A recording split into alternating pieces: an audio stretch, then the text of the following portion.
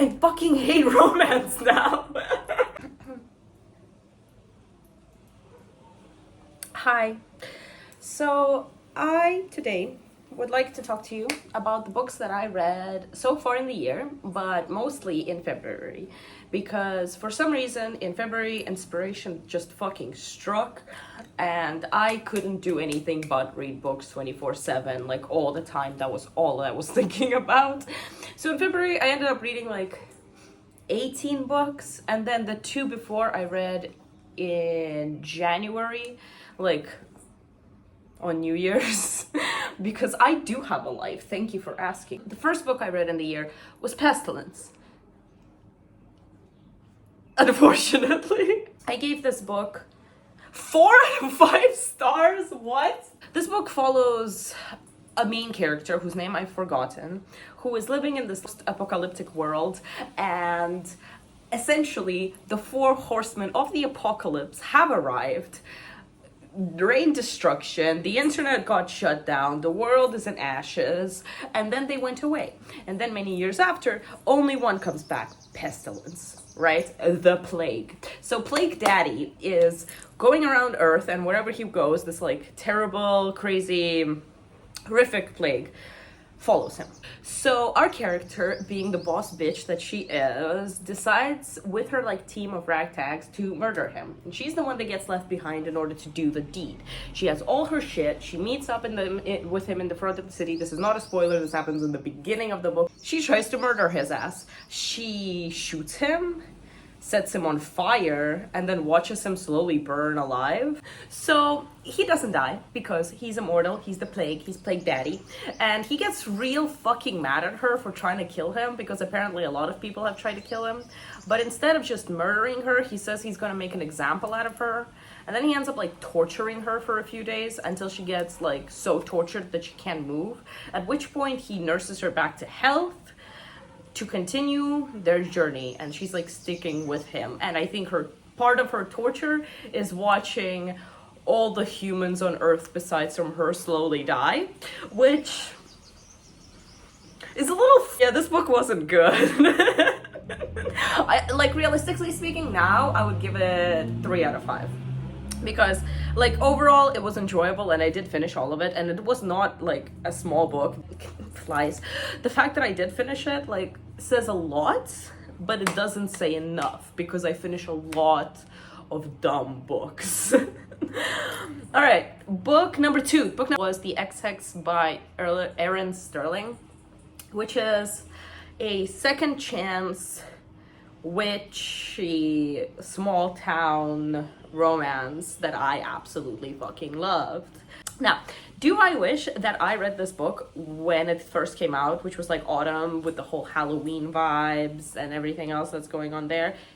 Absolutely. This would have been a total mood if I was reading it on Halloween, but I wasn't. I was reading it sick as hell in January. It's this whole book of them trying to figure out this curse and get rid of it, and he's kind of like, why the fuck did you curse me? And she's like, you know why. I thought it was really cute. I think I gave it 4 out of 5. The next book kind of kicks off all of the books that I read in February. They are a large variety of different genres within one genre, and that is romance. And I don't want to say anything too early on, but you'll notice that these books, like, there's not a single 5-star. There is not a single 5-star book on this like almost 20 book list that I read in February, and I think I'm tired of romance. I never thought I'd say this, but it's getting too formulaic, and part of it is because I'm too scared to pick up anything with like that's going to tug on my heartstrings, because Lord knows they've been tugged on enough. And another part of it is just like, how much more can we innovate within a genre that follows so many like cliches? And I love a cliche, so I don't know where I stand with all of this. I bought myself some like romance, a little more on like the contemporary side, so hopefully they'll be a little bit more interesting. But yeah, I fucking hate romance now. And I don't know how this happened. regardless of that fact, let's get into the books that I did read in February, starting from Electric Idol by Katie Roberts. So Electric Idol is the second book following Neon Gods, which was Hades and Persephone. I read Hades and Persephone like a while back. I liked it. It wasn't like incredible, but I never expected it to be. It was kind of cute and kind of fun though, so fair enough. And then I read Electric Idol, which was basically the same thing. Like, it wasn't amazing and I didn't love it. The characters were kind of like a bit bland for me. And, like, what is it about? It's a good fucking question. It's about Eros and Psyche. It's the story of Eros and Psyche and how Eros essentially gets told by Aphrodite, his mom, that his actual mom, I don't know why I put it in air quotes, that to kill Psyche because reasons. And he's like, actually, she was nice to me at a party once, so I think I'm gonna marry her instead, which is like, fair enough. I would also marry the first person who is nice to me. Which means that the book has a marriage of convenience trope, which I love. I know I just said that the cliches are starting to get to me, but I don't know, you'll notice a lot of books on this list have like a marriage of convenience trope, and I don't know if that's part of the reason why I'm getting sick of it. Oh my god, I think I'm my own worst enemy. Alright, so the next book on the list is Unnatural by Alessandra Hazard. And this is an Omega-verse romance that follows...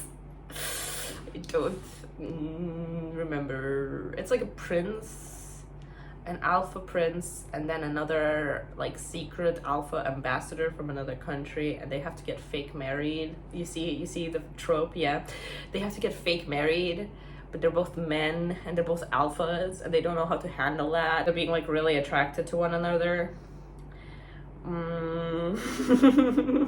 This feels embarrassing to talk about out loud. 3 out of 5 stars, and it is more than it deserves, because even though that the writing was okay and the characters were okay at best, the ending, or like the big twist, was the dumbest thing I've ever seen. And not only did I see it coming from the fucking beginning, it also like, it made no sense.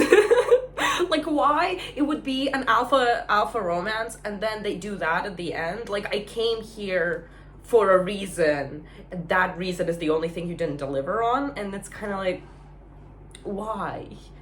Okay, next we have 2 historical romance books that I think have already escaped my memory. So we're gonna start with Dangerous by Minerva Spencer, and I'm gonna have to go into my review to remember what this book is about. This is my review of this book.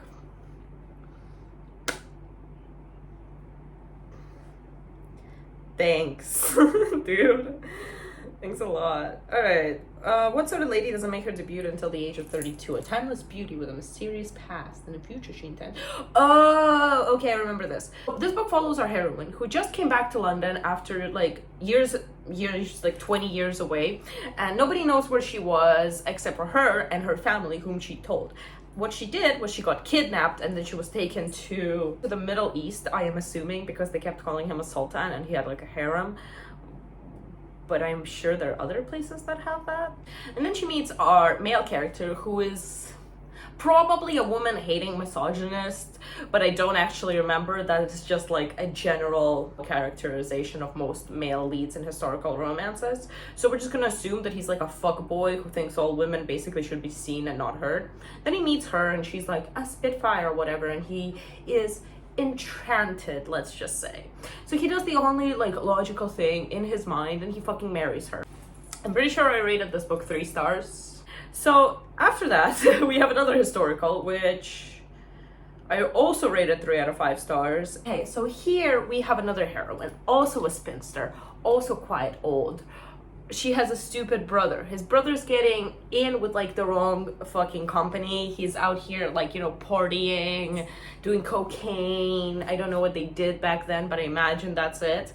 So he's getting in with this wrong company. She has to talk to like the leader of this wrong company and be like, leave my brother out of your shenanigans, please. So that happens, and he's like, oh, a woman-hating misogynist who like also hates himself because he has a big nose, and thinks he's ugly, and also his father thought he was ugly because he had a big nose. We're following here, yeah? Okay, cool. So he's like a little bit of an incel, and she meets him and she's like, damn, that's a really hot incel. And in her mind she's like, I can change him. And then she does. She's what all of us aspire to be. So obviously they get married. I don't even remember why. Sometimes in these books, the male lead is like, I will literally never marry. Ever, ever. And marriage is for pussies. And then he like, for 5 seconds, looks at the heroine and he's like, yep, all right, I am going to be a husband. I am going to be the husband. I'm going to treat her like she's a goddess. Why? What was the main conflict of this book? Did she get pregnant or something? The writing of this book was sometimes very strange. Sometimes our main guy character would say these lines that when taken out of context sound like terrible, but in context they're not great either. There's this one scene where he's talking about our main character or another woman. I honestly don't remember because I just have this one quote. You ready?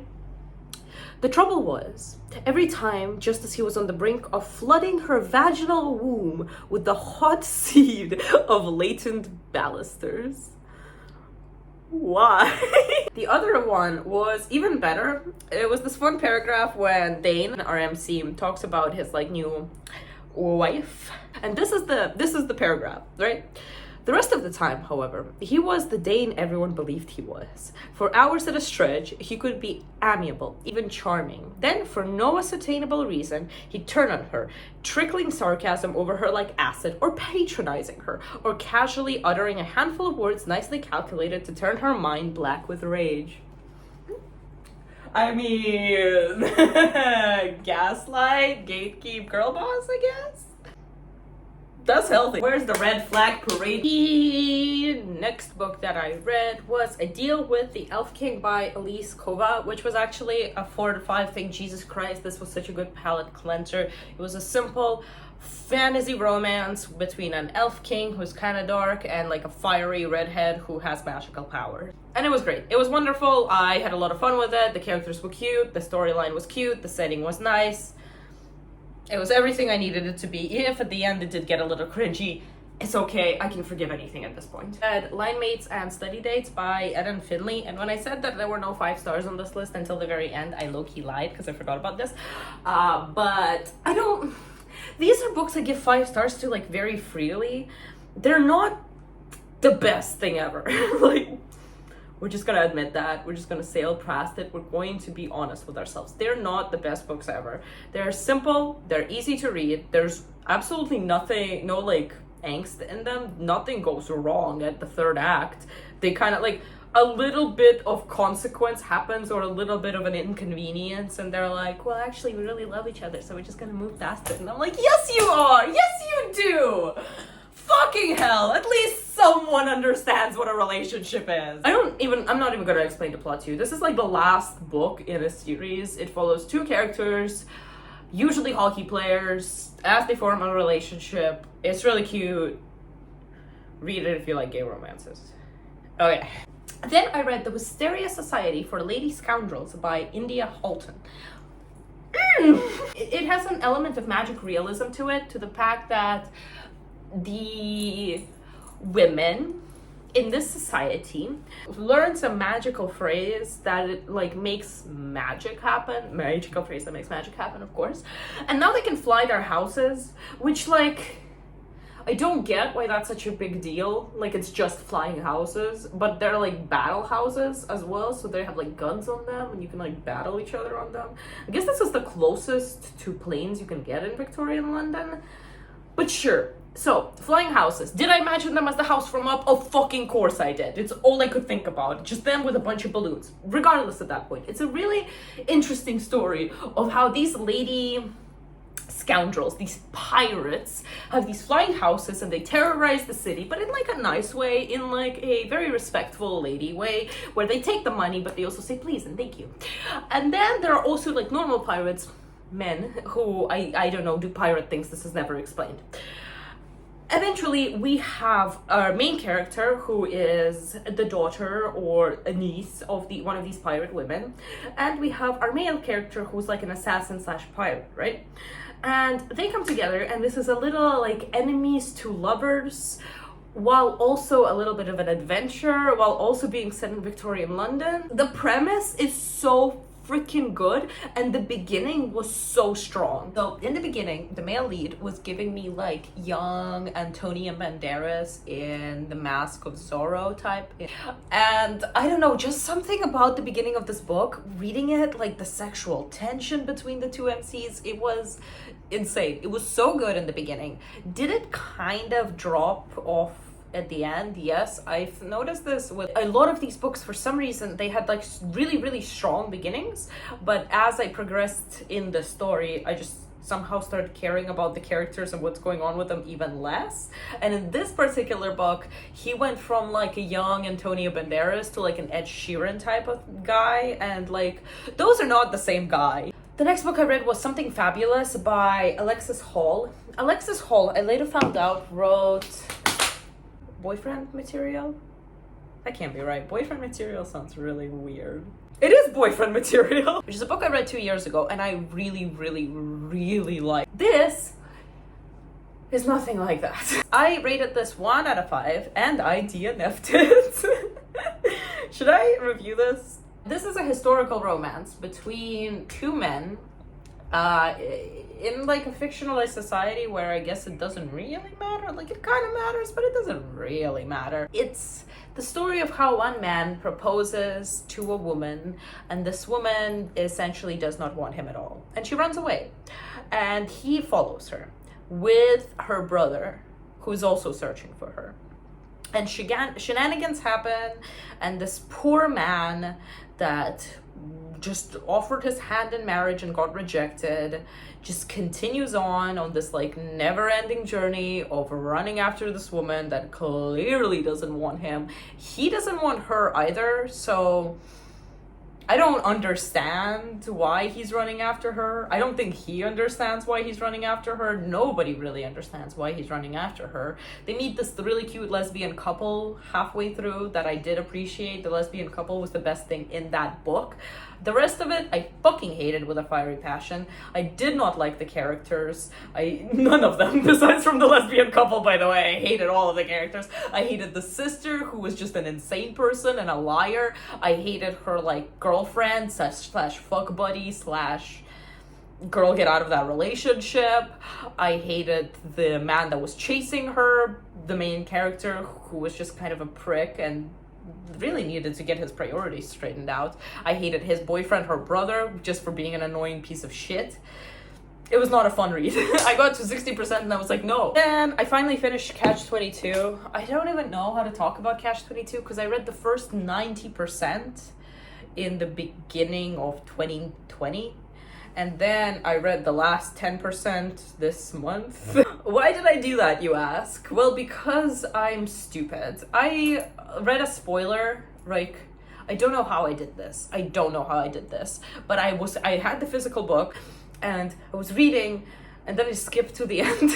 Point, I really like this book. This is a 5 out of 5 stars. What I found really interesting about this book was the fact that I'm a dumb cunt. I don't think I can say that on YouTube, like, people I know might watch this. So I'm not the kind of girl that reads a lot of classics. I think this has been well established by every video I've made so far. Coming into it, I thought this was a war novel, and it is, but it isn't. I thought this was like a World War, like Holocaust, like we're gonna make you cry. It's not any of those things. I don't know how I was so wrong. It's a satirical novel. It's funny as heck sometimes, even if it is annoying sometimes. It makes fun of all the serious bits and then treats all the funny bits with like a lot of seriousness. It's really interesting to read. It would be incredibly interesting to study, which we don't, but okay, I guess my education's a little different, but it would be a really interesting book to study. I really ended up liking it, and it is a very smart commentary on the world, and I don't even know how to explain how much I understand Yozarin. I remember this character's name, but I get him and I get his motivations, and he, even in this like completely absurdist story, it all makes sense to me. And I'm dumb, so thank you for that. So next we're jumping straight back into the romance genre with the last book in this series. called Puck Drills and Quick Thrills. This is the last book in the whatever this series is called that I talked about before. I have absolutely nothing else to say about this. I gave it 5 out of 5 stars. Then I read The Baller by V. Keeland, or rather I listened to The Baller by V. Keeland.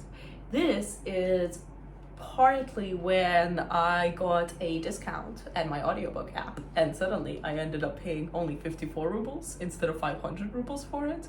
And I was like, I'm gonna make use of this opportunity. I'm going to listen the hell out of audiobooks, and I did. So I ended up finishing 6 books on Storytel. Storytel is like worried about me at this point. It's like, you've been using me every day for 25 days, girl. Are you okay?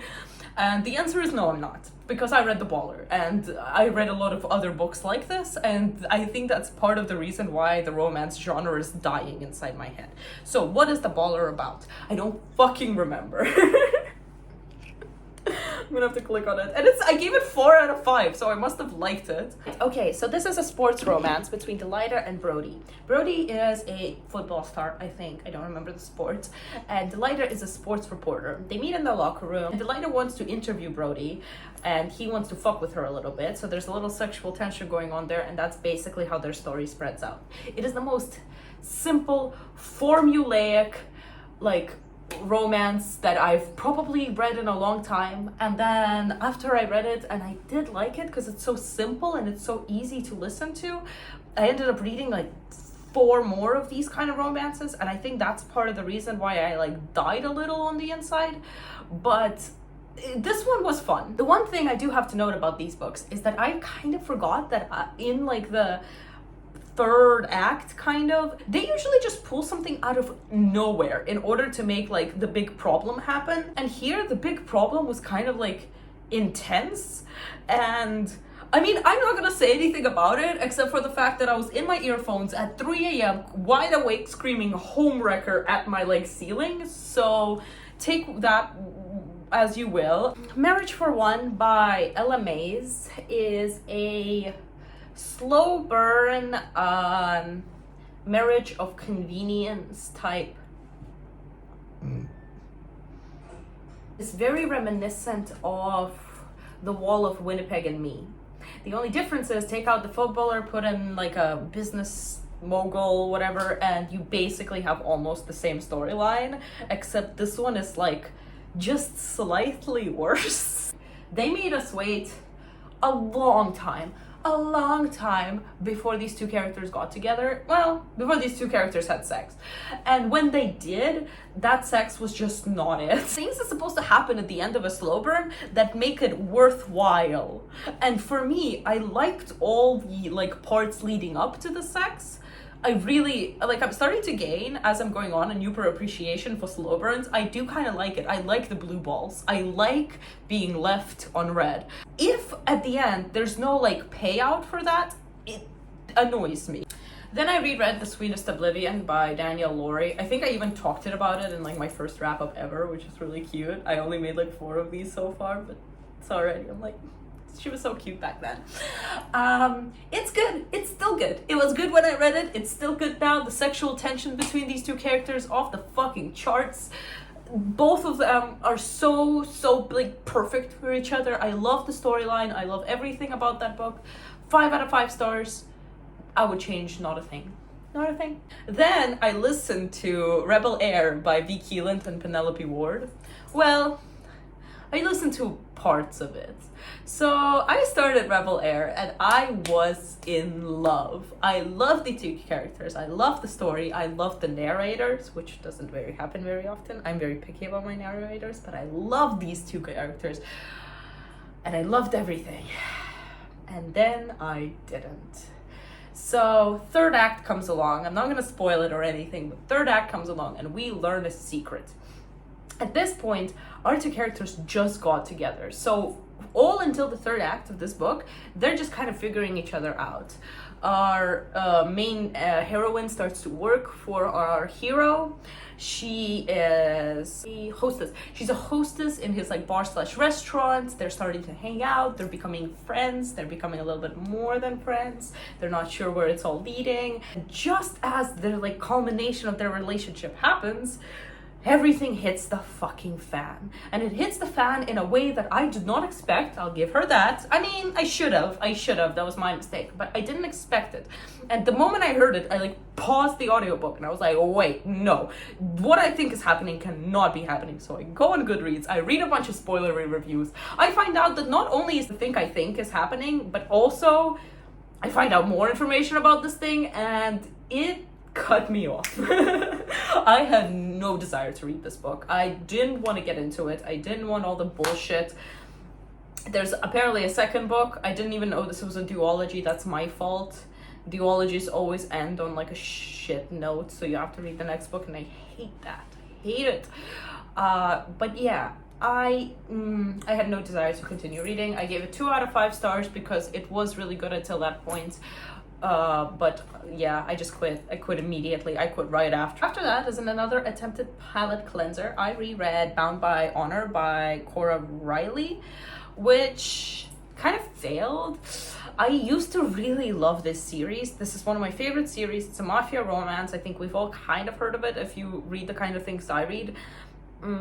It's really popular, and I read this back when I was like 16, and these were the bread and butter of my life. These were perfection. I thought I would kneel at the altar of these books forever.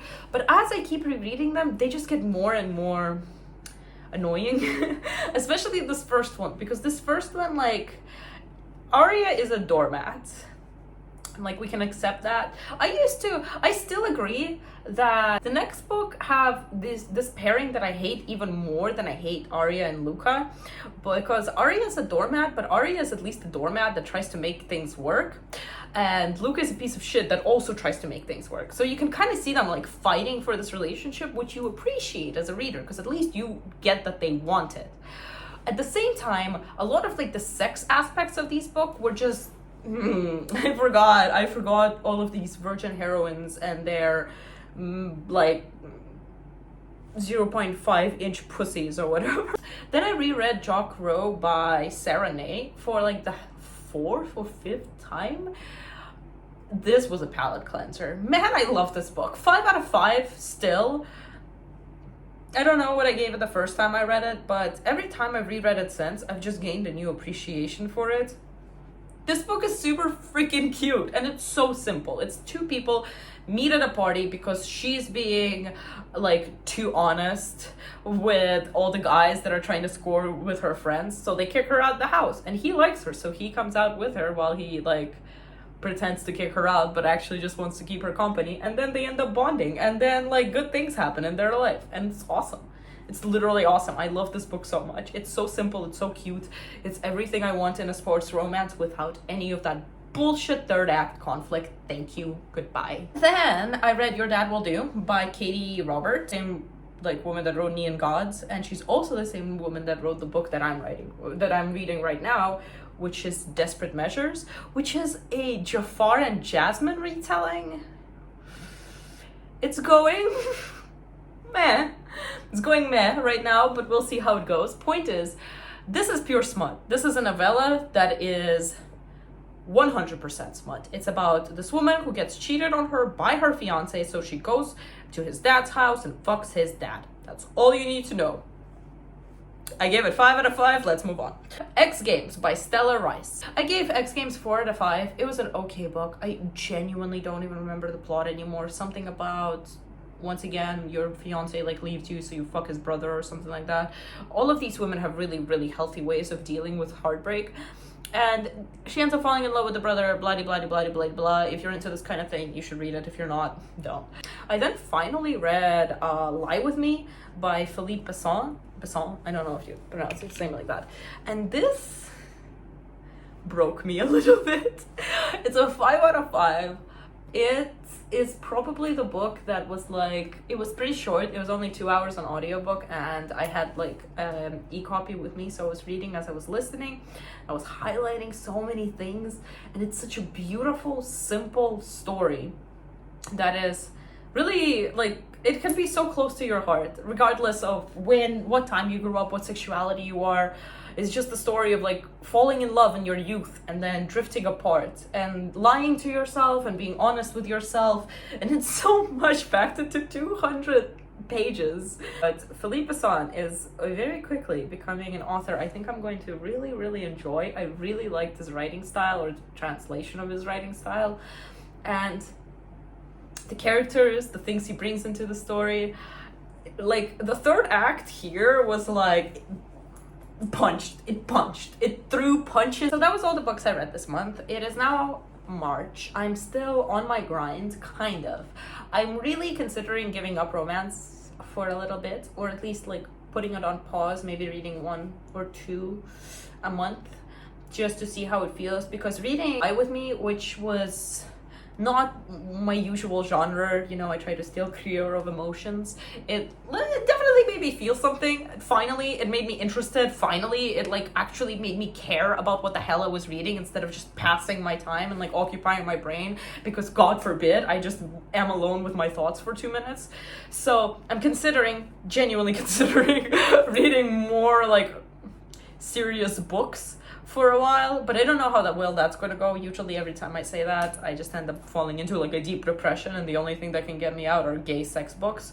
So we'll see how it goes. Hi there. So I just realized while editing that I forgot to give this video a conclusion. So the conclusion is that was all the books that I read in February. Thanks for tuning in. See you next time.